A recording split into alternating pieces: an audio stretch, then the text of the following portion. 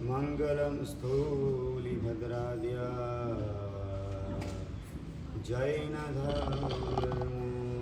मंगलम अज्ञानतिमिरान्धानां ज्ञानाञ्जनशलाकया नेत्रमुन्मिलितं येन तस्मै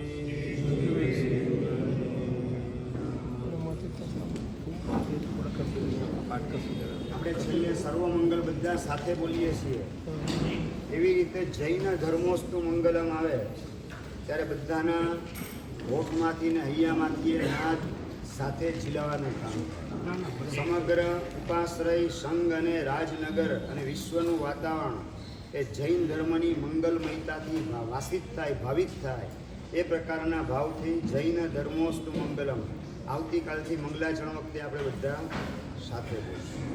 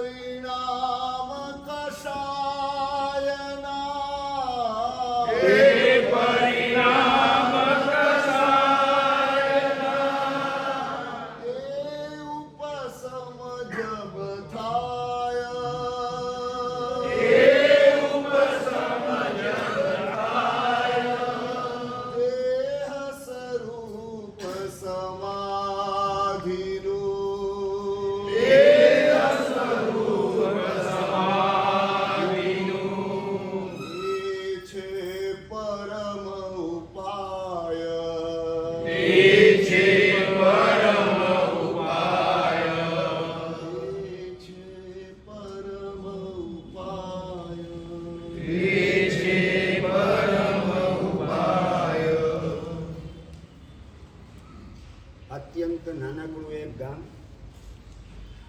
ગામની બહાર નાનકડી ઝૂંપડીમાં અત્યંત વયોવૃદ્ધ એવા સંત રહેતા હતા. આખો દિવસ પરમાત્માનું ભજન કરી રાતના સમયે નિદ્રાધીન થવાની તૈયારીમાં હતા. ઝૂંપડીનો દરવાજો બંધ કરી અંદર વિશ્રામને આધીન થવાની તૈયારીમાં છે અને ત્યાં અચાનક દરવાજો ખખડવાનો અવાજ આવ્યો. સંતે દરવાજો ખોલ્યો. અજાણ્યો યુવાન એને મીઠો આવકાર આપ્યો. પધારો ભાગશે. આવકાર આપીને પૂછે છે, શા માટે અહીંયા આપનું આગમન? આગમનનું કોઈ પ્રયોજન? તો કે હા, ગામમાં અનેક લોકો પાસેથી કોઈક સંત મળે તો મારે એના દર્શન કરવા છે. તપાસ કરતાં કરતાં આપના સમાચાર મળ્યા. ગામની બહાર ઝૂંપડીની અંદર આપ રહો છો એટલે આપની પાસે આવેલો છો. શા માટે અહીંયા આવવાનું પ્રયોજન? આગમન શા માટે? બસ આપનું માર્ગદર્શન લેવા માટે. વર્ષોથી અલગ અલગ ધર્મ અને સંપ્રદાયોમાં રહેલી સાધનાની પદ્ધતિઓને અપનાવવા છતાં મને જોઈએ તેવી હજુ શાંતિ મળી નથી. અનેક પ્રકારના પ્રાણાયામ પણ કર્યા છતાં શાંતિ મળી નથી. પદ્માસન વગેરે અનેક પ્રકારના આસનો લગાવીને કલાકોના કલાક બેસવાનું કામ કર્યું છતાં પણ મને શાંતિ મળી નથી. અલગ અલગ સંપ્રદાયની હઠયોગની સમાધિ વગેરે લગાવી છતાં પણ મને શાંતિ મળી નથી. રાજયોગની અનેક સાધનાઓ કરી, અનેક પ્રકારના તપ અને જપ વગેરે પણ કરેલા છે, છતાં મને શાંતિ નથી. I want peace. પેલો યુવાન બોલતા બોલતા રડી પડે છે. શાંતિ જોઈએ છે પણ મને શાંતિ મળતી નથી.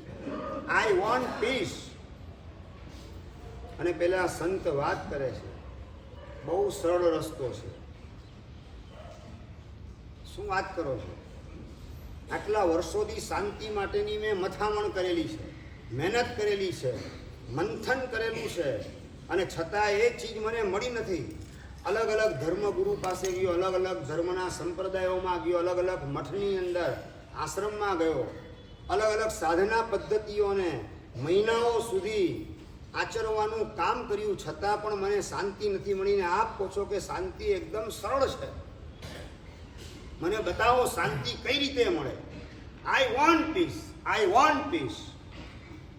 અને સંત વાત કરે છે, આઈ અને વોન્ટ બે કાઢી નાખ, પીસ તારી પાસે આવી જશે.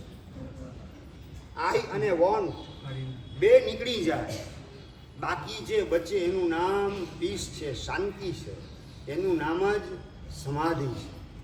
આપણે આઈની અંદર અને વોન્ટની અંદર જ મોટા ભાગે અટવાયેલા છે. આઈ એટલે ઈગો,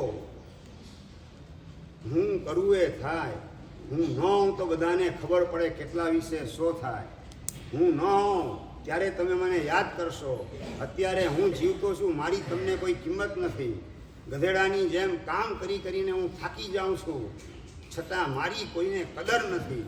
બસ આ અંદરનો અહંકાર એ પ્રશંસાની ભૂખ અંદરમાં જગાડવાનું કામ કરે. આદર અને કદરની ભૂખ વધતી જાય અને એ ન સંતોષાય એટલે એના રિએક્શન તરીકે ક્રોધ આવ્યા વિના રહેતો નથી. અહંકાર અને ક્રોધ બે જોડિયા ભાઈઓ છે, ટ્વિન્સ છે, સાથે ને સાથે જ રહેતા. એક સિક્કાની બે બાજુ છે. જ્યાં અહંકાર હોય ત્યાં ક્રોધ ગોઠવાયેલો જ હોય, અને જ્યાં ક્રોધ ગોઠવાયેલો હોય તો એના મૂળની અંદર ઈગો પ્રતિષ્ઠિત થયેલ જ હોય.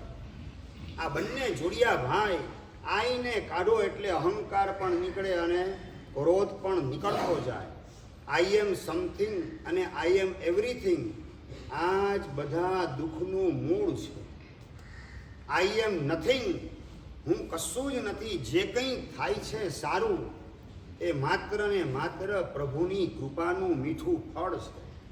બસ આટલો અંતરથી સ્વીકાર કરતા આવડે. આઈ એમ નથિંગ, મેં કશું નથી કર્યું, જે કંઈ થયું એ પ્રભુની કૃપાથી થયું છે, મારા થકી થયું એ પણ માત્ર પ્રભુની કૃપાનું ફળ છે. બસ આ હાઇલાઇટ આપણે કાયમ માટે પ્રભુને કરતા રહીએ, આપણી જાતને હાંસિયાની અંદર ગોઠવી દઈએ તો શાંતિનો અનુભવ અવશ્ય આપણને આ જ ભવની અંદર અને અત્યારે જ થયા વિના રહે. આપણે આઈને કાઢીએ, બાજુમાં ગોઠવાયેલો વોન્ટ, ઈચ્છા, જેને શાસ્ત્રકાર લોભ કસાય તરીકે ઓળખાવે છે. બીજા પાસેથી મેળવવાની વૃત્તિ, બીજા પાસેથી પડાવવાની વૃત્તિ, આંચકી લેવાની વૃત્તિ, એને અંટમ સંટમ આડું અવળું ભરમાવીને સમજાવી અને મનગમતી ચીજ એની પાસેથી ખેંચી લઉં, મેળવી લઉં, પડાવી લઉં, આ પ્રકારનું આપણું વલણ જેને લોભ કહેવામાં આવે, એ વોન્ટ એટલે કે લોભ છે. અને મેળવવા માટે જે કંઈ પ્લાન અને પેંતરા રચવા પડે એ બધું શાસ્ત્રકાર કહે છે એને માયા નામનો કસાય કહેવાય છે. વોન્ટની અંદર પણ આ બે કસાય ગોઠવાયેલા છે, લોભ અને માયા. માયા એ લોભના કારણે છે. લોભ ન હોય તો માયા કરવાની કોઈ જરૂરત પડે જ નહીં. દંભ, બનાવટ, કપટ, છેતરપિંડી બધું શેના માટે? લોભના કારણે. કંઈક મેળવવું છે, માત્ર ધન મેળવવું હોય તો જ માણસ માયા કરે એમ નહીં. તો પ્રશંસા મેળવવી હોય ને કોઈ માણસ માયા કરતો. કામ કરે કોઠી અને જસ કાઢે જેઠી. બીજાએ કામ કરેલું હોય, આપણે ગયા હતા ને આ કામ થઈ ગયું, ભોલાભાઈ આપણે આમ કર્યું ને આમ થઈ ગયું, આપણી સાથે બીજા 10 જોડાયેલા હોય, એ 10ને આપણે દાટી દેવાનું કામ કરીએ અને આપણે આપણી જાતને જ હાઇલાઇટ કરવાનું કામ કરીએ એ પ્રશંસાની ભૂખ, પ્રશંસાનો લોભ શું કરે છે? માયા નામના કષાયની અંદર આપણને ફસાવવાનું કામ કરે છે. આપણે સમજીએ કે બીજાની આંખમાં હું ધૂળ નાખવાનું કામ કરું છું, પરંતુ બીજાને છેતરનારો અંતે તો પોતાની જાતને જ છેતરવાનું કામ કરે છે. આપણે બીજા કોઈને છેતરતા નથી, આપણે આપણી જાતને જ છેતરીએ છીએ. બસ આ મારી જાતને છેતરવાનું કામ હું બંધ કરી દઉં તો જગતમાં મને કોઈ છેતરી શકશે નહીં, મારે ક્યાંય છેતરાવું પડશે નહીં.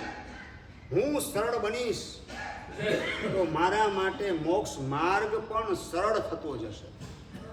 હું સરળ બનીશ તો મારા માટે ખુદ મોક્ષ એ પણ સરળ થઈ જશે. સિમંદર સ્વામીનો સંયોગ એ પણ મારા માટે સરળ થઈ જશે. સરળને માટે બધું સરળ છે.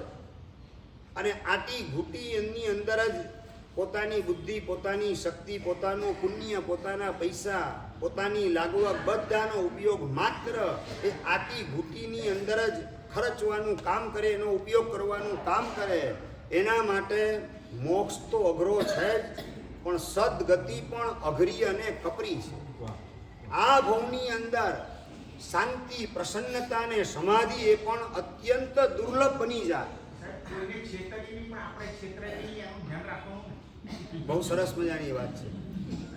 બીજાને આપણે છેતરીએ નહીં, પણ આપણે બીજાથી ન છેતરાઈએ એનું તો ધ્યાન રાખવાનું ને.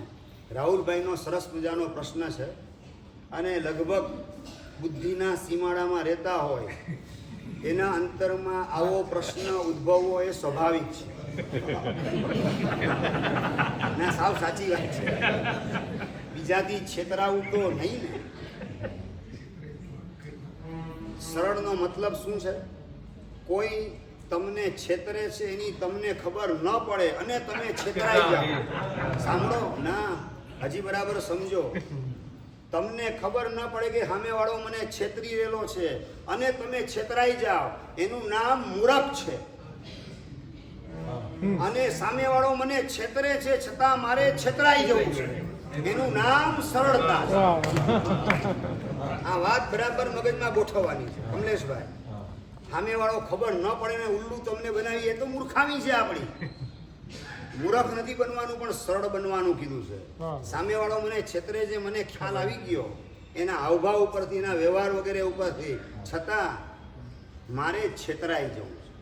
તમે ઉપમિતિ ભવ પ્રપંચા કથા એની અંદર 5મો પ્રસ્તાવ, એમાં વિમલ અને વામદેવ નામના 2 પાત્ર મૂકેલા છે. પૂજ્યપાદ સિદ્ધર્ષિ ગણી મહારાજ સાહેબે. વામદેવ એ ભાઈ, બંને ભાઈ છે, અને વામદેવ ડગલે ને પગલે વિમલને છેતરવાનું કામ કરે રાખે, અને વિમલ હોશિયાર હોવા છતાં પણ છેતરાય રાખે છે. અને અંતે લાભ વિમલના પક્ષમાં છે. વામદેવ એ ડૂબવાના માર્ગે ગોઠવાય છે. એટલે સમજવા છતાં સમજીને આપણે છેતરાઈએ તો એનું નામ સરળતા છે.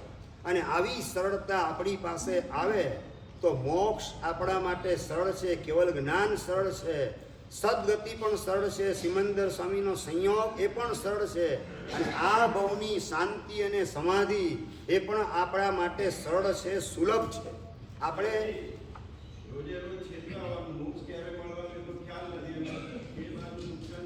સમજી રાખો, આ અત્યારે છેતરાવાનું, સમજીને છેતરાવાનું, એમાં નુકસાની તમને લાગે છે. એક સમીકરણ બરાબર તમારા મનની અંદર સેટ કરી રાખો. સમાધિના 15 સૂત્રની વાત પ્રવેશને દિવસે તમને કરેલી હતી કે આ સમાધિ વિચાર એ ગ્રંથના માધ્યમથી સમાધિને આત્મસાત કરવાના 15 સૂત્ર તમને આપવામાં આવશે. એમાંથી એક સૂત્ર તમને આપેલું છે, 2 દિવસ પહેલા આપેલું હતું, શનિવારે. યાદ છે કયું સૂત્ર? મારા દુઃખમાંથી મારા આત્માનો ફાયદો લેતા શીખવાનું છે. આ સૌથી પહેલા નંબરનું સમાધિનું સૂત્ર આપેલું હતું. 15 સૂત્રમાં સૌથી પહેલા નંબરનું સૂત્ર, મારે મારા દુઃખમાંથી મારા આત્માનો ફાયદો લેતા શીખવાનું છે. કઈ રીતે? તો આ બીજા નંબરનું સૂત્ર લખી લો. દુઃખ અન્ય કોઈ ન આપે, દુઃખી હું મારા જ પાપે. દુઃખ અન્ય કોઈ ન આપે, દુઃખી હું મારા જ પાપે. કોઈ મને છેતરે છે ને મને દુઃખી કરે છે, વાંક એનો નથી, વાંક મારો પોતાનો છે. હિસાબ કર્મનો ચૂકવવાનો મેં બાકી રાખેલો હતો, માટે એ અત્યારે છેતરપિંડી કરવા દ્વારા મારી પાસેથી આ કામ કરાવી ગયો, મારી પાસેથી આ ચીજ મેળવી ગયો, એ મેળવી ગયો મારી પાસેથી, એમાં મારો હિસાબ બાકી હતો, માટે એણે મને છેતરવાનું કામ કર્યું, મારી પાસેથી પોતાનું કામ કઢાવી લીધું, મારી પાસેથી આ ચીજ આંચકી લેવાનું મેળવી લેવાનું કામ કરી લીધું, એમાં વાંક એનો નથી. દુઃખ અન્ય કોઈ ન આપે, દુઃખી હું મારા જ પાપે. મારા પાપ કર્મનો હિસાબ બાકી ન હોય તો મને કોઈ છેતરી શકે નહીં, મને કોઈ દુઃખી કરી શકે નહીં, મને કોઈ હેરાન કરી શકે નહીં. હજી આગળ વધીને જો મારું પાપ ન હોય, મારું પાપ અત્યારે ઉદયમાં આવવા માંગતું ન હોય તો દુશ્મન પણ મારો વાળ વાંકો કરી ના શકે. અને નંબર 2, મારું પાપ અત્યારે ઉદયમાં આવવા માંગતું હોય તો દીકરો પણ વાંકું કર્યા વિના રહે નહીં. કહેવાતો દોસ્ત એ પણ દુશ્મનનો રોલ અદા કર્યા વિના રહે નહીં. આ કર્મના સમીકરણ આપણા મનની અંદર સેટ કરીએ તો ક્યારેય પણ આપણને અકળામણ થઈ શકે નહીં, ક્યારેય પણ કોઈના પ્રત્યે અભાવ, દુર્ભાવ, તિરસ્કાર કે ધિક્કાર અંતઃકરણની અંદર ઉદ્ભવી શકે નહીં. પણ આપણે કાયમ માટે મારા દુઃખમાં સામેવાળો જવાબદાર છે, મને આ દુઃખી કરનાર છે, મને આ હેરાન કરનાર છે, આંગળી ચીંધણું કાયમ માટે બીજા તરફ કરીએ છીએ. માટે જ એના પ્રત્યે દ્વેષ દુર્ભાવ દ્વારા નવું નવું પાપ બાંધવા દ્વારા નવા નવા દુઃખની આમંત્રણ પત્રિકા લખવાનું કામ ચાલુ કરીએ છીએ. અને શાસ્ત્રકાર કહે છે કે પાપ બાંધવાનું કામ તમે કરો ત્યારે માત્ર નવું પાપ બાંધો છો એમ નહીં, પરંતુ એના કરતા બીજી એક મહત્વની વાત ભોલાભાઈ, જૂના પાપ કર્મ જે 25, 50, 500 ભવ પછી ઉદયમાં આવવાના હતા કે 25, 50 વર્ષ પછી ઉદયમાં આવવાના હતા, એની ઉદીર્ણા કરવાનું કામ, એને ખેંચીને વર્તમાન કાળમાં એ ઉદયમાં આવી જાય એ માટેની તૈયારીમાં આપણે ગોઠવાઈ રહેલા છીએ. પાપ બાંધવાના માધ્યમથી પાપ બાંધીએ છીએ ત્યારે બંધન 8 પ્રકારના કરણ કર્મ પ્રકૃતિ નામના ગ્રંથમાં પૂર્વધર શિવ શર્મ શ્રીશ્વરજી મહારાજ સાહેબે બતાવેલા છે. કમ્મ પૈડી નામનો ગ્રંથ, સંસ્કૃતમાં એનું નામ કર્મ પ્રકૃતિ ગ્રંથ છે. બહુ દળદાર ગ્રંથ છે, મોટો ગ્રંથ.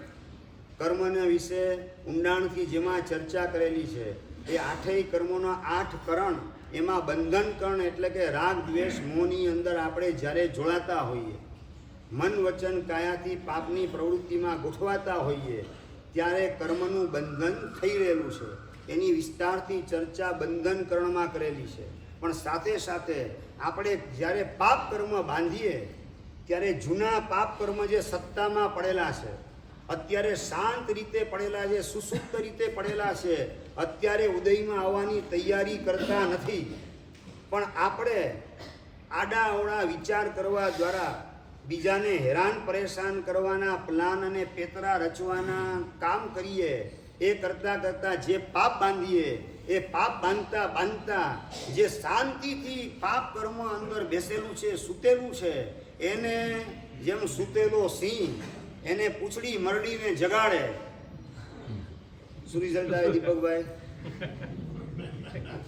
ગુફામાં સિંહ શાંતિથી સૂતેલો છે અને પૂંછડી મરડીને તમે એને જગાડો, ઉઠાડો, તરાપ મારીને તમને પતાવવા સિવાય બીજું શું પરિણામ એ લાવવાનું?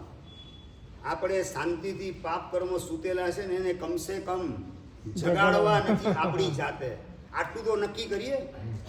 બીજા પ્રત્યે દ્વેષ અને દુર્ભાવ એનું બેસ્ટ દ્રષ્ટાંત શાંતિથી પોઢેલા શ્રીપાલને પતાવવા માટે ખુલ્લું ખંજર હાથમાં લઈને ઉપર ચડતા, 7મા માળની હવેલીએ ચડતા ધવલ શેઠ, હમણાં એને પતાવી દઉં, એની પત્નીઓ બધી મારા કબજામાં લઈ લઉં, એની સંપત્તિ એ મારી માલિકીમાં ગોઠવી દઉં.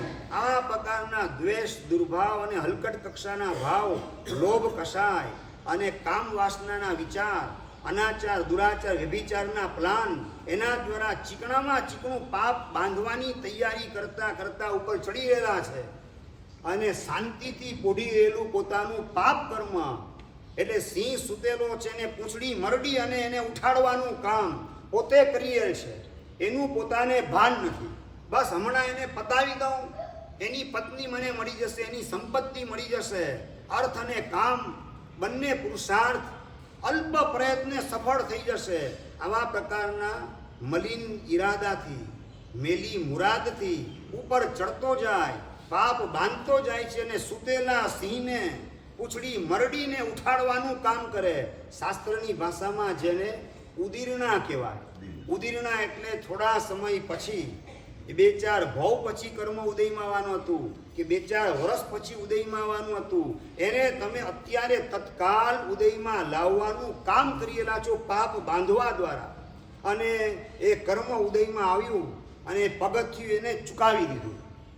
ધોતિયું એની અંદર જ પોતાનો પગ ભરાઈ ગયો અને આગળ વધવાના બદલે સીધા લપસ્યા પડ્યા નીચે ને એ જ ખુલ્લું ખંજર પોતાના પેટની અંદર. કથા તમને બધી ખબર છે, પણ કથાનો એસેન્સ એ હજુ મેળવેલ નથી.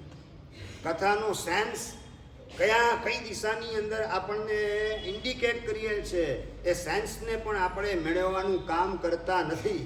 કે પાપ બાંધતા બાંધતા જૂનું પાપ શાંતિથી પોઢેલું હતું એને પૂંછડી મરડીને સિંહને જગાડે એવી રીતે જગાડવાનું, ઉઠાડવાનું કામ કર્યું. અને એ જ ખંજર પોતાના પેટમાં ભોકાયું અને પોતે 7 માળ નીચે ઉતરીને પટકાય. પોતાનું શરીર તો 7 માળ પાસે આવીને અટકી ગયું, ભોયતળી આવીને અટકી ગયું. અને ધવલ શેઠનો આત્મા સીધો 7મી નરકે ફેંકાઈ ગયો. આ કઈ હદે ઉદીરના પાપ કર્મની થાય? નબળા વિચાર કરવાના માધ્યમથી. એની પણ જો જાગૃતિ રાખવામાં આવે, પાપ કર્મ, જૂના કર્મ એ પણ કોઈક નિમિત્તને પામીને ઉદયમાં આવતા હોય છે. આમ ને આમ આપમેળે નહીં. ત્યારે જ એમનું આયુષ્ય પૂરું થયું હોય એવું? ત્યારે આયુષ્ય પૂરું થયું હોય. શાસ્ત્રકાર આયુષ્ય માટે 2 પ્રકારની વ્યવસ્થા દેખાડે છે. એક સોપક્રમ કર્મ અને એક નિરૂપક્રમ કર્મ. એક નિકાચિત કર્મ અને એક અનિકાચિત કર્મ. શલાકા પુરુષ વગેરે, તીર્થંકર, બલદેવ, વાસુદેવ, ચક્રવર્તી વગેરે એ બધાના આયુષ્ય બધા કેવા છે? નિકાચિત છે. જેટલું આયુષ્ય પોતે બાંધેલું હોય, 100 વર્ષ તો પૂરેપૂરા 100 વર્ષ ભોગવે, એની પહેલાં આયુષ્ય પૂરું થાય નહીં. અને અનિકાચિત આયુષ્યનો મતલબ આયુષ્ય 100 વર્ષનું બાંધેલું હોય અને 25 વર્ષની ઉંમરે ફૂલ સ્પીડની અંદર ડ્રાઇવિંગ કરતો હોય, બાઇક ભગાવતો હોય, 2 હાથ છોડીને અને મોબાઈલમાં કોઈની વાત કરતો એને એક્સિડન્ટ થઈ ગયું, તો 100 વર્ષની આવરદા એક્સિડન્ટ થાયને 25 વર્ષની ઉંમરે 100 વર્ષની આવરદા પૂરેપૂરી ત્યાં ભોગવાઈ જાય, પતી જાય અને પરલોક ભેગો રવાના થઈ જાય. એ અનિકાચિત સોપક્રમ એવું આયુષ્ય છે. કઈ રીતે? How is it possible? તો શાસ્ત્રકાર ઘણા બધા દ્રષ્ટાંતો આપે છે. તમારી ભાષાનું એક દ્રષ્ટાંત બતાવી દઉં કે પાનવાળાની દુકાને જાઓ અને ત્યાં છે ને લાંબી સૂતળી પેટાવેલી હોય, સૂતળી લટકતી હોય અને હળગાવેલી હોય. સ્મોકિંગ માટે યાદ હશે બધું આપણે. અને સૂતળી જે સળગાવેલી હોય કેટલા કલાક ચાલે? 5 કલાક 6 કલાક જેટલો સમય ચાલે. 5 કલાકે માનો કે સૂતળી પૂરી થાય છે, પણ એ સૂતળીને આમ ગોળ વાળી દે અને હળગાવવામાં આવે, 5 મિનિટમાં સંકેલો થઈ જાય. ઉમેશભાઈ, 5 કલાક જે સૂતળી ચાલવાની હતી એના બદલે 5 મિનિટમાં એનો સંકેલો થઈ ગયો, ગોળ વાળીને તમે હળગાવો એટલે. એમ આયુષ્ય કર્મ જે 100 વર્ષનું હતું એટલે લાંબી સૂતળી હતી, ક્રમશઃ ધીમે ધીમે ધીમે સળગતા પૂરી થાય. 100 વર્ષે આયુષ્યની દોરી પૂરી થવાની હતી, આ ભવના આયુષ્યની દોરી. અને એક્સિડન્ટ થયું એટલે શું થયું કે ગુચડો વાળી દીધો અને સળગાવવાનું કામ ચાલુ થઈ ગયું. એટલે 5 મિનિટની અંદર સંકેલો થઈ ગયો 100 વર્ષની આવરદા એ 25 વર્ષની અંદર પૂરી કરી અને પરલોક ભેગો આત્મા થઈ જાય એને સોપક્રમ આયુષ્ય કહેવાય. ઉપક્રમ લાગે, આયુષ્ય ઉપર એટેક થાય અને આયુષ્ય વેલી પણ એ ભોગવાયા વિના પૂરું ન થાય. ઓલી સૂતળી પૂરેપૂરી હળગી જાય ને કે થોડીક સળગીને બાકી રહી ગઈ, બાકી નહીં, એવું પૂરેપૂરી સળગી જાય છે. એમ કડાણ કમ્માણ નહુ અતિ મોક્ષો વ્યયિતા તવસા જોશ ઈત્તાવા. ઉત્તરાધ્યયન સૂત્રની અંદર વાત કરે છે પરમાત્મા કે કરેલા કર્મ એ આમને આમ ન છૂટી શકે. બે જ રીતે એનો છુટકારો છે, કાં એનો ભોગવીને છુટકારો થાય અને કાં તવસા જોશ ઈત્તા તપ દ્વારા એને ખપાવવાનું કામ કરો તો એ કર્મનો નિકાલ થાય. પરંતુ એ તપ દ્વારા નિકાલ થાય એ પણ પ્રદેશ ઉદયથી તો એનો ભોગવટો આત્માએ કરવો જ પડે છે. પાછા આની અંદર બે પ્રકાર આવે છે. કર્મનો ઉદય એ બે પ્રકારે થાય, એક વિપાક ઉદય અને બીજો છે પ્રદેશ ઉદય. વિપાક ઉદય એટલે કે જે કર્મ ઉદયમાં આવે અને એના ફળનો તમારે પૂરેપૂરો અનુભવ કરવો પડે એને કહેવાય છે વિપાક ઉદય. અને નંબર 2 પ્રદેશ ઉદય. પ્રદેશ ઉદય એટલે કે જે કર્મ ઉદયમાં આવે ખરું પણ એના ફળનો અનુભવ તમને કરાવ્યા વગર એ કર્મ તમારા આત્મામાંથી રવાના થઈ જાય, ખરી પડે, એને કહેવામાં આવે છે પ્રદેશ ઉદય. દાખલા તરીકે દિવાળીની અંદર નાના છોકરા ફટાકડા ફોડતા હોય, એ ફટાકડા ફોડતા એને લક્ષ્મી બમ નાનકડો છોકરો કોઈ એને હાથમાં આપ્યો એટલે તું આ પકડ, અને બીજો હોશિયાર છોકરો હોય એ મોટો છોકરો એ હળગાવે, તું પકડી રાખજે બરાબર મજબૂત રીતે, હળગાવીને દૂર ભાગે અને જે લક્ષ્મી બમ હાથમાં ફૂટે, કેવો ઉદય? વિપાક ઉદય. એનું રિઝલ્ટ પૂરેપૂરું પોતે ભોગવવું પડે એવા પ્રકારનો એ ઉદય થયો છે. પણ નંબર 2 એ છોકરો નાનકડો છોકરો પણ જો હોશિયાર હોય અને પોતાની પાસે પાણીનું પાઉચ પડેલું હોય, મોઢેથી ફાડી અને સહેજ પાણી રેડી દે, વાટ સળગે ને એક પાણી રેડી દે સહેજ ફટાકડા ઉપર, અને ઓલો ફટાકડો ભોળાભાઈ એ હળક કડક તો આગળ વધે, મેહુલભાઈ રિઝલ્ટ શું આવે? સુરસુર્યું થઈ જાય. એ સુરસુર્યું થઈ ગયું ને એનું નામ પ્રદેશ ઉદય. સળગી ગયો આખો ફટાકડો, હવે બીજી વાર ફૂટી શકે એમ નથી ફટાકડો, એક જ વાર ફળગે, એક જ વાર એ ફૂટે. પણ જો સુરસુર્યું કરી નાખ્યું, બીજી વાર હવે એ ફોડી શકાય નહીં, એ તમને નડી શકે નહીં.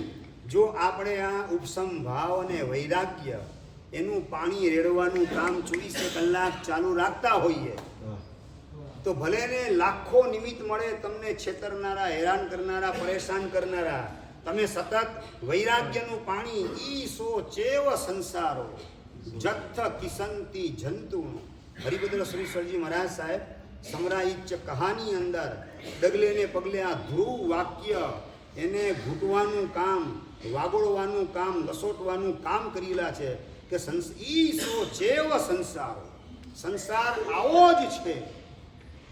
કેવો? જથ્થ કિસંતી જંતુનો. જ્યાં જીવો દુઃખી થઈ રહેલા છે, જ્યાં જીવો પાપી થઈ રહેલા છે, પાપી થવા દ્વારા ભવિષ્યમાં દુઃખી કરવાનો પ્લાન બનાવી રહેલા છે, અને પાપ બાંધવા દ્વારા જૂના સુસુપ્ત કર્મ એની ઉદીર્ણા કરી વર્તમાનમાં હાથે કરીને પોતાના પગમાં કુહાડો મારવાની જેમ દુઃખી થવાના માર્ગે દોડી રહેલા છે. જથ્થ કિસંતી જંતુનો. જ્યાં જીવો આ રીતે દુઃખી થઈ રહેલા છે, દોષિત થઈ રહેલા છે, પાપી થઈ રહેલા છે, દુર્ગતિની આમંત્રણ પત્રિકા લખી રહેલા છે, એવા જ પ્રકારનો આ સંસાર છે. આવો વૈરાગ્ય ભાવ, કોઈ તમને છેતરી રહેલા હોય, એ છેતરતા હોય એ વખતે આ વૈરાગ્ય ભાવ, એ બિચારાને ખબર નથી કે હું જે કરું છું એનું ફળ મારે પોતે ભોગવવું પડશે, એની એને કોઈ ગતાગમ નથી, માટે પાપ બાંધવાના માર્ગે જોડાઈ રહેલ છે. એ પાપના ઉદયની અંદર એના આત્માને દુઃખ ન મળો, એના આત્માને અશાંતિ ન મળો, અને વહેલી તકે એના આત્માને સદબુદ્ધિ પ્રાપ્ત થાવ, આવા પ્રકારનો મંગલ મૈત્રી ભાવ એના પ્રત્યે કેળવવામાં આવે. મંગલ મૈત્રી ભાવનું અમૃત એનો છંટકાવ એના ઉપર કરો અને શાંતિનો અનુભવ તમને ભીતરમાં થતો જાય.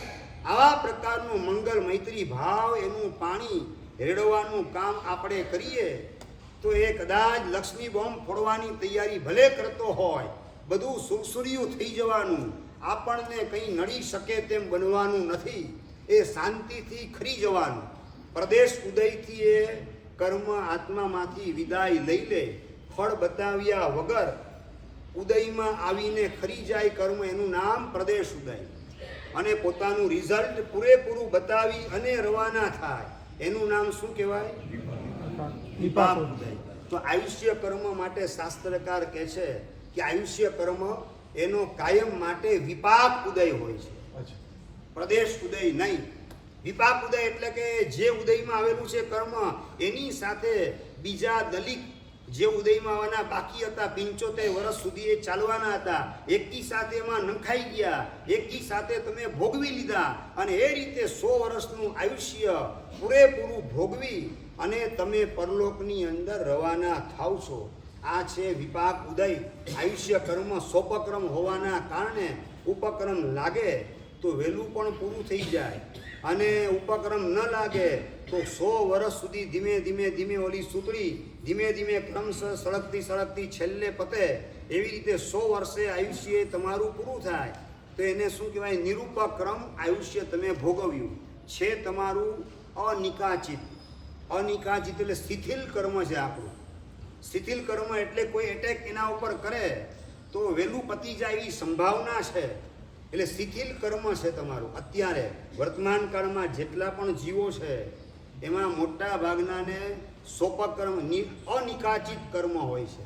ઉપક્રમ લાગે તો વહેલું પતી શકે અને ઉપક્રમ ન લાગે તો પૂરેપૂરું ભોગવાઈ શકે.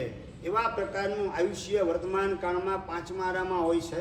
ઉપક્રમ ન લાગે તો શાંતિથી ભોગવાય, પણ ઉપક્રમ લાગે એ વખતે બધું ભેગું થઈ અને પૂરેપૂરું એકી સાથે ભોગવાઈ જાય છે. મતલબ કે 100 વર્ષનું આયુષ્ય હતું અને 25 વર્ષે એક્સપાયર્ડ થઈ ગયો તો બાકીનું 75 વર્ષનું આયુષ્ય કર્મ એ ક્યાં ભોગવશે? એવો પ્રશ્ન જૈન દર્શનની સમજણવાળી વ્યક્તિને ઉદ્ભવતો નથી. કારણ કે બધી સૂતળી એક સાથે બળી જાય છે, એમ એકી સાથે ભેગો થઈ સંકેલો થઈ આયુષ્ય કર્મનો નિકાલ થઈ જાય છે. તો આ રીતે ધવલ શેઠ એ પોતાનું આયુષ્ય ઉપક્રમ લગાડી અને પોતે પરલોક ભેગા થઈ ગયા. વાત આપણી ચાલતી હતી કે શાંતિથી પોતાનું પાપ કર્મ સૂતેલું હતું એને પૂંછડી વાળી અને પૂંછડી મરડીને સિંહને જેમ જગાડવામાં આવે એવું જગાડવાનું કામ પાપ કર્મ બાંધવા દ્વારા અર્થ અને કામ એની બે મર્યાદ તૃષ્ણા એના કારણે પાપ બાંધતા એ જૂના પાપની ઉદરીણા કરી અને ધવલ શેઠ ત્યાંને ત્યાં પોતાનું આયુષ્ય સમાપ્ત કરી અને 7મી નરક ભેગા થઈ જાય છે. એનો સીધો અર્થ એ થયો કે આપણે ખરાબ કામ મન વચન કાયાથી કરતા હોઈએ ત્યારે મારે માત્ર નવું પાપ બાંધીએ છીએ એમ નહીં, પણ ઘણા સમય પછી ઉદયમાં આવનારું શાંતિથી સૂતેલું પાપ એને જગાડી અને વહેલું ઉદયમાં આવી જાય એવા પ્રકારનું આપણે કામ પણ ભેગું કરેલા છે. જો અત્યારે દુઃખી ન થવું હોય તો પછી આપણે બીજાને છેતરવાના ધંધા બંધ કરીએ, બીજાને દુઃખી કરવાનું કામ બંધ કરીએ. તો મન વચન કાયાથી કોઈને દુઃખી કરવાનો વિચાર પણ ન આવતો હોય તો આપણું જે પાપ કર્મ ઉદયમાં આવવા માગે છે, ઉદયમાં આવે કઈ રીતે? એને કોઈ સ્કોપ તો મળવો જોઈએ, એને કોઈ ચાન્સ મળે તો ઉદયમાં આવે. વિશેષ આવશ્યક ભાષ્યની અંદર જીનભદ્ર ગણિક સમાસમણ કહી રહેલા છે. દૌવમ ખિત્તમ કાલમ ભાવમ ભવમ ચ પડુચ્ચ કમ્માણ ઉદયાયા ભાવા હોંતી વિન્નયા. દ્રવ્ય, ક્ષેત્ર, કાળ, ભાવ અને ભવ આ 5 વસ્તુને પામીને આપણા કર્મ ઉદયની અંદર આવે છે, આપણા કર્મ ઉદીરણાની અંદર આવે છે. ઉદીરણા એટલે વેલા ખેંચાઈને આવે છે. આપણા કર્મ સંક્રમણની અંદર આવે છે, એટલે એની અંદર પરિવર્તન થવાનું કામ થતું હોય છે. પરિવર્તન એટલે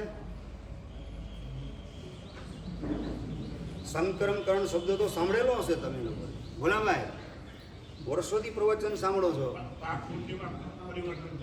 તમે પરમાત્માની પૂજા કરવા દ્વારા જે પુણ્યનું નિર્માણ કરેલું છે અને તમે ઘરે આવી અને ટીવીની સ્વિચ ઓન કરવાનું કામ કરો એટલે પૂજા દ્વારા બાંધેલું પુણ્ય એ ટીવી જોતા જોતા માત્ર નવું પાપ બંધાય છે એમ નહીં, પણ જૂનું બાંધેલું પુણ્ય એ પાપની અંદર કન્વર્ટ થતું જાય છે. એને કહેવાય સંક્રમકરણ. આપણે કેટલી બધી ગંભીર ભૂલો કરીએલા છીએ એની નોંધ પણ આપણા મગજમાં થતી નથી હોતી. એટલે પાપ ટીવી જોવાથી બંધાય છે એટલું નથી, પણ જૂનું પુણ્ય બાંધ્યું હતું. માનો કે 100 વર્ષ સુધી તમને શરીરનું આરોગ્ય આપે એવું પુણ્ય તમે બાંધ્યું, સાતાવેદનીય કર્મ, તો એ સાતાવેદનીય એ અસાતામાં કન્વર્ટ થઈ જાય. એટલે નહીં સમજ્યા? 100 વર્ષ સુધી તમને જે પુણ્ય સાતાવેદનીય આરોગ્ય આપવાનું હતું એ પુણ્ય કર્મ, સાતાવેદનીય કર્મ એ પાપમાં કન્વર્ટ થઈ, અસાતામાં કન્વર્ટ થઈ 100 વર્ષ સુધી નવા નવા રોગ આપવાનું કામ કરવાની અંદર ગોઠવાઈ જવાના છે. આ સંક્રમકરણ નામના પ્રકરણમાં કમ્મપૈડી ગ્રંથ એના બીજા જ ચેપ્ટરની અંદર આ વાત વિસ્તારથી ફરમાવેલી છે. અને એનો હજુ વિસ્તાર પૂજ્યપાદ સિદ્ધાંત મહોદય પ્રેમ સુરીશ્વરજી મહારાજ સાહેબ એમણે સંક્રમકરણ ભાગ 1 અને ભાગ 2 આવડા જાડા દળદાર A4 સાઇઝના પુસ્તકો એના માધ્યમથી, માત્ર સંસ્કૃતની અંદર જ વિવેચન છે, ગુજરાતી વિવેચન કરો તો ઓર લાંબુ થાય. એ 2 ભાગ સંક્રમકરણના એના માધ્યમથી આપણે બાંધેલું પુણ્ય એને પાપમાં કન્વર્ટ કઈ કઈ રીતે આપણે કરીએલા છીએ અને એ 100 વર્ષ સુધી આરોગ્ય આપનારું પુણ્ય કર્મ, સાતાવેદનીય કર્મ એ 100 વર્ષ સુધી નવા રોગ આપવાનું કામ કરવામાં ગોઠવાઈ જાય. શેના કારણે? એક ટીવીની સ્વિચ ઓન કરવાના લીધે. જો આ વાત બરાબર મનમાં સેટ થઈ જાય નીરવભાઈ, તો એક પણ પાપ જીવનમાં થઈ શકે નહીં. પાપ 2 રોગ ટોક થતા હોય છે. બધાનું કારણ મોટા ભાગે પાપ એ બેભાન દશામાં થતા હોય છે. સભાન દશાની અંદર તો પાપ સમ્યક દ્રષ્ટિ જીવ કરી શકે, ગ્રંથિ ભેદ કરી ચોથા ગુણસ્થાનકની સ્પર્શના કરે, સિદ્ધ ભગવાન જેવું પોતાનું પવિત્ર આનંદમય નિર્વિકાર નિષ્કસાય સ્વરૂપનો અનુભવ જેણે કરેલો હોય એ જે પાપ કરે, કરવા પડતા પાપ, લાચારીથી કરવા પડતા પાપ એ સભાન દશામાં કરે, અંતરમાં રડતો જાય અને 12મા પાપ જે કંઈ કરવાની મજબૂરી ઉપસ્થિત થયેલી હોય એ 12મા પાપ થતું હોય અને અંદરમાં અંતર રડતું હોય એ સભાન દશામાં પાપ માત્ર સંકિતી જીવમાં હોય, હળુકર્મી જીવની અંદર હોય. જ્યાં સુધી મિથ્યાત્વ નામનું પાપસ્થાનક જીવનમાંથી રવાના થાય નહીં ત્યાં સુધી મોટા ભાગે પાપ બેભાન દશાની અંદર થતા હોય છે. એ પાપના કેવા પ્રકારના માઠા ફળ મારે ભોગવવા પડશે એનો પણ વિચાર બાંધતી વખતે આવતો નથી. એટલે શોર્ટમાં શાસ્ત્રકાર કહે છે કે બંધ સમય ચિત્ત ચેતીએ ઉદયે સો સંતા. બાંધતી વખતે સાવધાન રહ્યા હોત તો ઉદય વખતે સંતાપ કરવાનો અવસર આવ્યો ન હોત. આપણે માત્ર પાપ કરવા દ્વારા નવું પાપ બાંધીએ છીએ એમ નહીં, 2 બાજુ કામ થાય. નવું પાપ તો બંધાય જ છે, પણ જૂનું પાપ શાંતિથી પોઢેલું છે, વર્ષો પછી ઉદયમાં આવવાનું, એને તમે વહેલું ઉદયમાં લાવવાનું કામ કરો, ઉદીર્ણા કહેવાય. અને બીજા નંબરમાં સંક્રમકરણ એટલે કે જૂનું પુણ્ય બાંધેલું છે એને તમે પાપમાં કન્વર્ટ કરવાનું કામ, સાતા વેદનીને અસાતામાં ટ્રાન્સફર કરવાનું કામ, ઉચ્ચ ગોત્ર કર્મ એને નીચ ગોત્રની અંદર કન્વર્ટ કરવાનું કામ એ ટીવીની સ્વિચ ઓન કરવા દ્વારા કરેલા છો. આ બધી વાસ્તવિકતા જો અંદરમાં એ વખતે ક્લિક થઈ જાય, ટીવીની સ્વિચ ઓન કરતી વખતે જો અંદરમાં આ ક્લિક થાય તો સ્વિચ ઓન થઈ શકે કે ના થઈ શકે?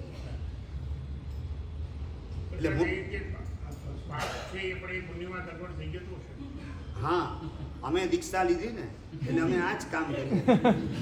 જૂના જે પાપ મેં 18 વર્ષ સંસાર મહિને જેટલા પાપ કર્યા એ બધાને પુણ્યમાં કન્વર્ટ કરવાનું કામ અત્યારે ચાલુ જ છે. 24 કલાક ચાલુ છે. માત્ર 18 વર્ષના નહીં, 18 ભવ પહેલાના અને 1800 ભવ પહેલાના જે કંઈ પાપ કર્મ મારા આત્મામાં અત્યારે પડેલા છે, ગોઠવાયેલા છે, એ જેટલી પરમાત્માની આજ્ઞા મુજબ અને પરમાત્માએ બતાવેલા આશય મુજબ જે મન વચન કાયાથી પ્રવૃત્તિ થતી હોય એ વાણી, વિચાર અને વર્તન ત્રણેયની અંદર ભગવાનની આજ્ઞાને કેન્દ્રમાં ગોઠવીને ભગવાનની આજ્ઞા મુજબનો આશય અંદરમાં ફિટ કરી અને જે વિચાર, વાણી, વર્તન થાય એ પ્રત્યેક સમયે જૂના પાપનો નિકાલ પણ થાય અને નિકાલ ન થઈ શકે એવા પાપ હોય તો એ પાપ પુણ્યની અંદર કન્વર્ટ થતા જાય અને જે પાપ અત્યારે ઉદયમાં આવવાના હોય એનો ઉદય દૂર ઠેલાતો જાય. એ દૂર ઠેલાતો જાય. એને શું કહેવાય? અપવર્તન કહેવાય. અપવર્તન એટલે એની સ્થિતિ પણ ઘટતી જાય, એનો રસ પણ ઘટતો જાય અને એને દૂર ઠેલવાનું કામ પણ ભીતરમાં થતું જાય. આવી અનેક પ્રકારની પ્રોસેસ ભીતરમાં ચાલતી હોય છે. આ બધું કદાચ ન સમજાય ને, ઉદયના ને ઉદયને બંધનકરણ, સંક્રમણકરણ ને સત્તા અને આગળ વધીને અપવર્તના ને ઉદ્વર્તના કંઈ ન સમજાય.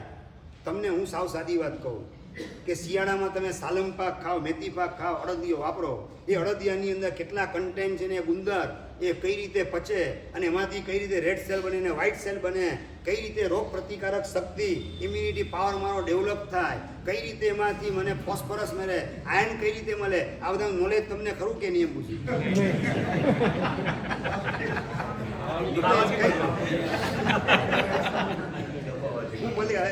હું મને એ જ ખબર નથી. છતાં આરોગ્ય કઈ સમજણ ન હોય ને તમને તો પણ તમે વાપરો ને દબાવો એમ નહીં, સમજીને કેટલું મને પચે એમ છે એ સમજીને ચાવી અને વાપરવાનું કામ કરો, એનું રિઝલ્ટ તમને પૂરેપૂરું મળે કે ન મળે? મળે. બસ એ રીતે કદાચ આ બધી સમજણ તમને ન હોય ને, ઉદીર્ણા કર્મ ને સંક્રમ કર્મ વગેરે, પણ 24 કલાક મારે ભગવાનની આજ્ઞાની બહાર એક પણ મિનિટ માટે જવું નથી. 24 કલાક ભગવાનની આજ્ઞામાં રહેવું છે. મનસા વાચા કર્મણા, મન વચન કાયાથી પૂરેપૂરો ભગવાનને વફાદાર રહું, જીવનભર પરમાત્માને સોંપાયેલો રહું, પ્રભુને માન્ય હોય એટલું જ મારા જીવનમાં ગોઠવતો જાઉં. મારા જીવનમાંની મારા મનમાં ઉડતા વિચાર એ પણ પ્રભુને માન્ય હોય એને જ હું એન્ટ્રી આપું. બાકી ભગવાનને માન્ય ન એવા વિચારને પણ મારા મનમાં એન્ટ્રી આપવી નથી. વાણી અને વર્તન એ તો લાખો યોજન દૂરની વાત છે. વિચારને પણ એન્ટ્રી ના આપું જે મારા પ્રભુને માન્ય ન હોય. આટલું ખાલી કરો, 100% ઠેકાણું પડી જાય. હીરોભાઈ, જાજી સમજણ કદાચ શાસ્ત્રની તમને ન હોય, પણ આટલું પણ જો બરાબર ખ્યાલમાં આવી જાય મારા ભગવાનને માન્ય હોય એવા જ વિચાર, વાણીને વર્તન એને આ જીવનમાં ગોઠવવા છે. ભગવાનને માન્ય ન હોય એવા એક પણ વિચાર, વાણી કે વર્તનને જીવનમાં એન્ટ્રી આપવી નથી. આટલું પાક્કું નક્કી કરી અને સતત વોચ આપણે ગોઠવેલ હોય, આપણા મન ઉપર આપણે ચોકી ગોઠવેલી હોય, આપણે પોતે જ ચોકીદાર બનીને ગોઠવાઈએ મનજીભાઈ ઉપર, તો 100% ટૂંક સમયની અંદર આપણું કામ થઈ જાય. પણ મનમાં જુદું, વિચારવાનું જુદું, બોલવાનું જુદું, કરવાનું જુદું, કમિટમેન્ટ આપવાના જુદા અને ભવિષ્યના પ્લાન કોઈક અલગ જ દિશાના, આવી રીતે બહુરૂપી વ્યક્તિત્વ લઈ અને અલગ અલગ જગ્યાએ, અલગ અલગ સમયે, અલગ અલગ વ્યક્તિ સમક્ષ આપણે બહુરૂપીનો રોલ ભજવવાનું કામ કરી રહેલા હોઈએ તો ભવિષ્ય આપણું 100% બિહામણું છે.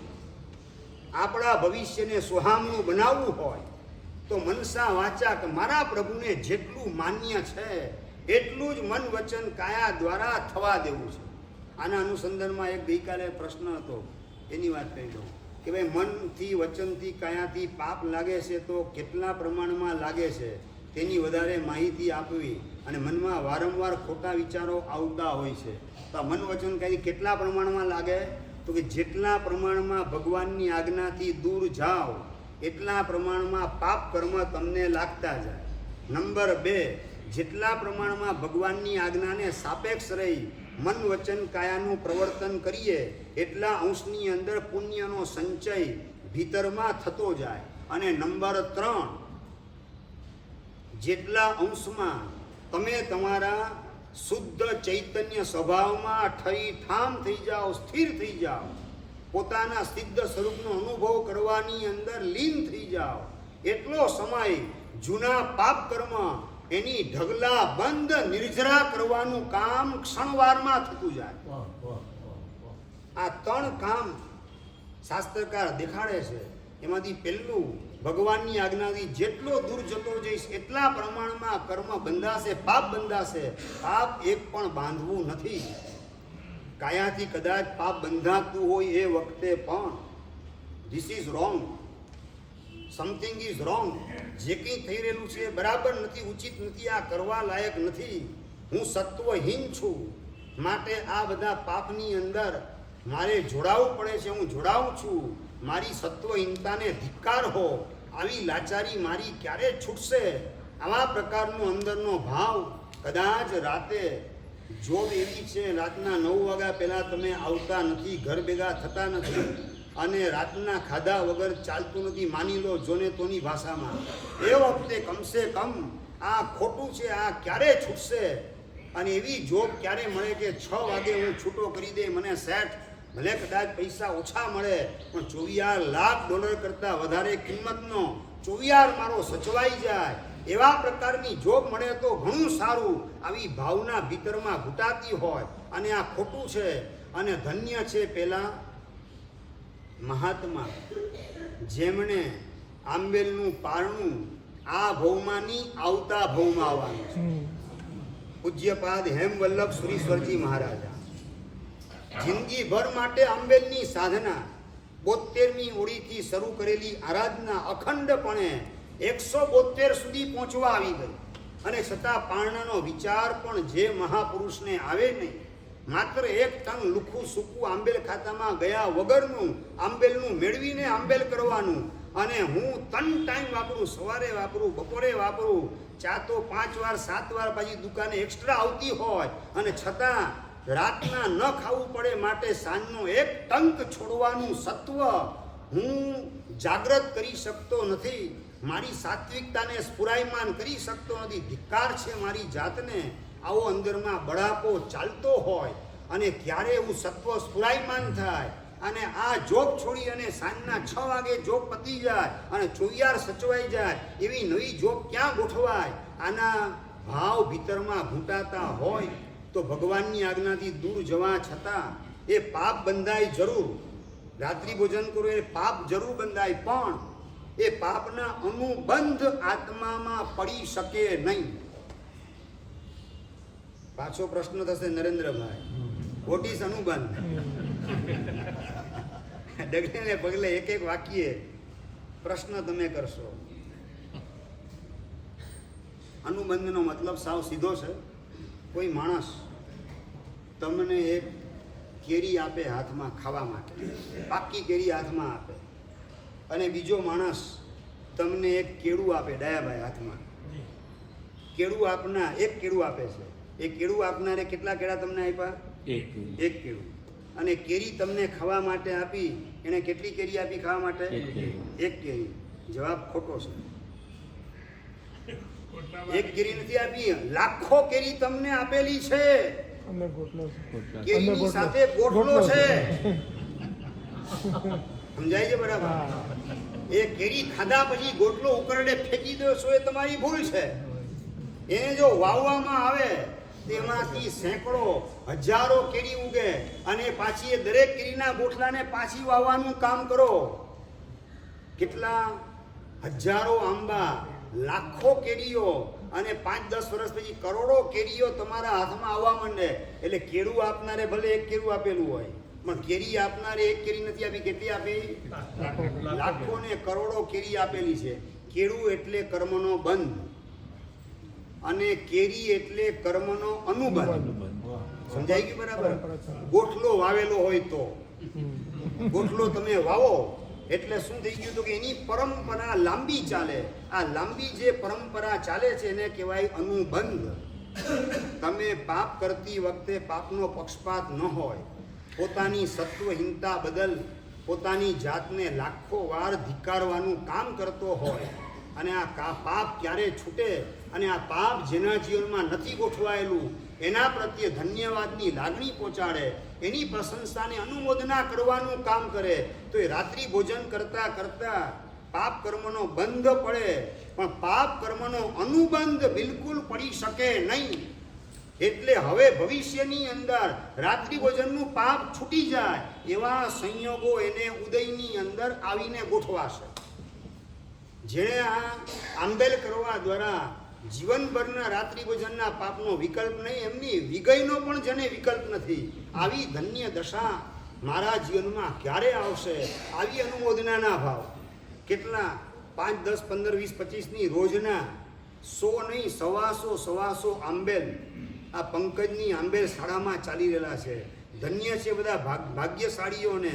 હું આ એક રાત્રિ ભોજન છોડી શકતો નથી.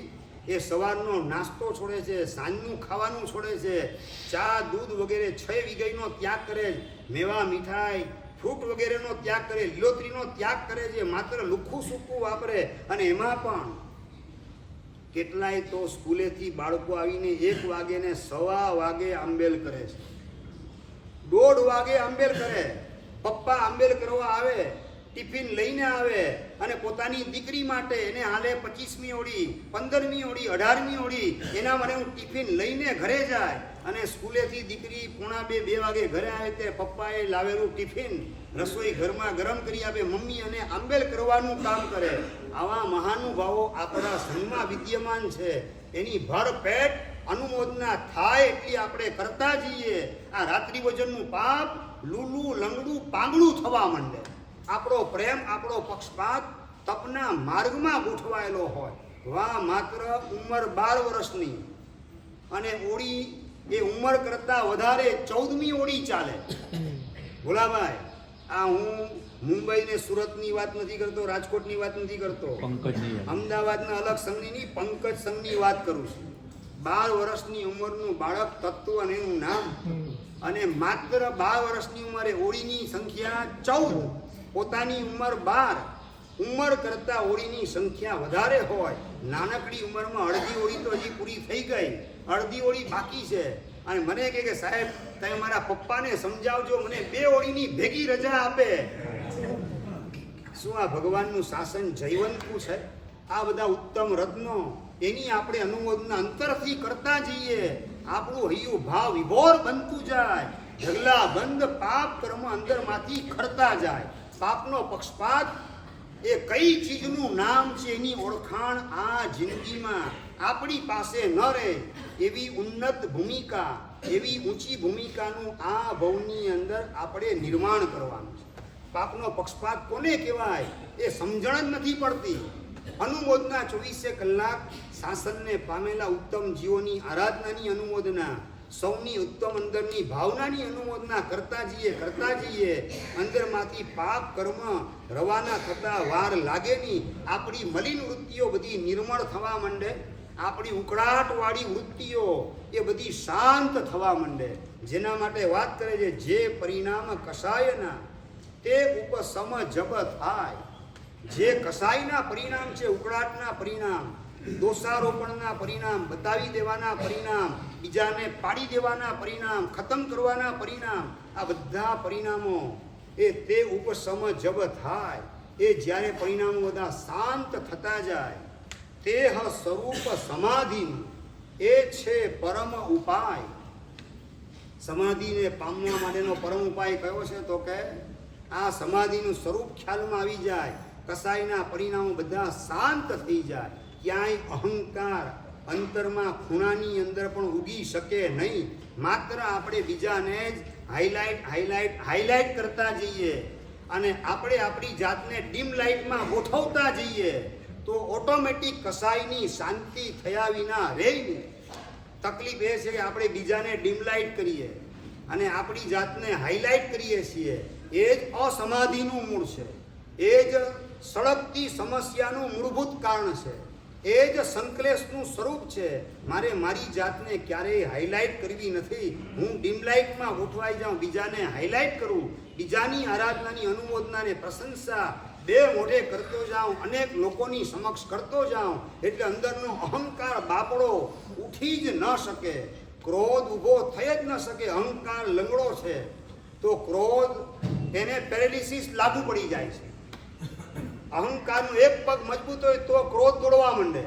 અહંકારનો પગ લંગડો થઈ ગયો એટલે ક્રોધને પેરેલિસિસ લાગુ પડી જાય, ક્રોધ ઉઠી શકે નહીં, અને બીજાની આરાધનાની અનુમોદનામાં ગોઠવાઈ ગયા એટલે ઓટોમેટિક અહંકાર લંગડો થયા વિના રહેની આ ક્રોધ અને માન ઓટોમેટિક શાંત થઈ જાય.